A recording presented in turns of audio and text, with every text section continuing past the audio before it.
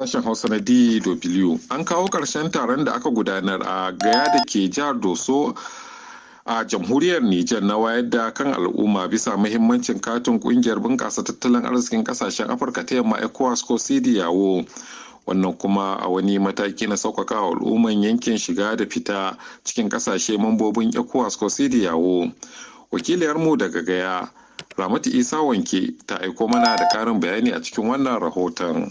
Zirga-zirgar al'ummar jihar Gaya a bisa bododi dai na daga cikin abubuwan da suke ɗaukar hankalin jama'a da ma magabatan yankin, ganin cewa yankin Dandiganda wanda ya hada da jamhuriyar Nijar, Benin da kuma tarayyar Najeriya ya zama kamar al'umma guda, kuma yana da mahimmanci a ce waɗannan al'ummomin sun san mahimmancin katin CEDEAO mai ba su damar yin zirga-zirga a bisa iyakoki ba tare da sun fuskanci wata matsala ba, a cewar Muhammad Salisu mai kwalanshe, magatakarda a haɗaɗɗiyar ƙungiyar ta Dandiganda. A kullum a kowane lokaci har da cewa mutane na wanga yankin na Dandiganda cewa su suna tsammanin kama ko suna ƙasar Niger suna da 'yan uwa a Benin, suna da 'yan uwa a Nigeria, kenan su ana su gani ba dole sai sun yi takardu na ɗan ƙasa koko ba dole sai sun yi na karti CEDEAO. To sai zamanto su kuma gwamnatoci da Niger da Nigeria da Benin kowane shi na da nashi ka'idodi, kenan in za ka ketara kasa akwai abun da ake ce ma police na immigration, akwai abun da ake ce ma police na frontier, akwai kuma nan bangaren Benin da Niger akwai wurin da ake ce ma poste tapose.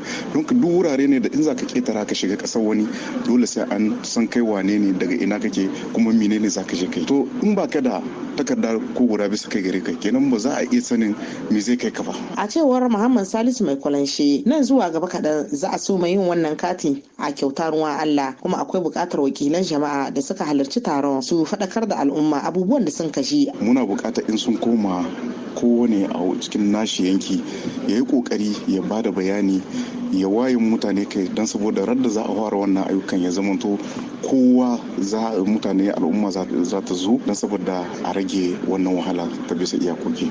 Daga bangaren mahalarta taron faduwa ce ta zo daidai da zama, domin wannan zai magance musu matsalar walakancin da suke fuskanta a bisa bododi saboda rashin wannan katin. Babban mahimmanci ne saboda yana muna kariya ga walakanci da muke kan iyaka, muna shiga da hita waje mu dawo gida.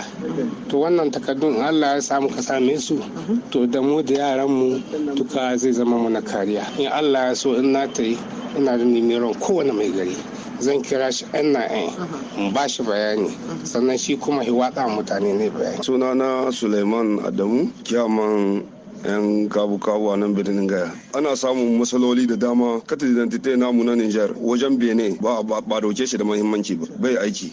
Ka ba da shi, kuma wanda bai da kart ya biya, kai da kana da kart ya biya. Muna fatan dai Allah ya sa wanga taro zai sa mutane su samu sauki. Ƙarshen rahoton kenan. Ramtu Isa Wanke, DW Hausa daga Gaya a jamhuriyar Niger.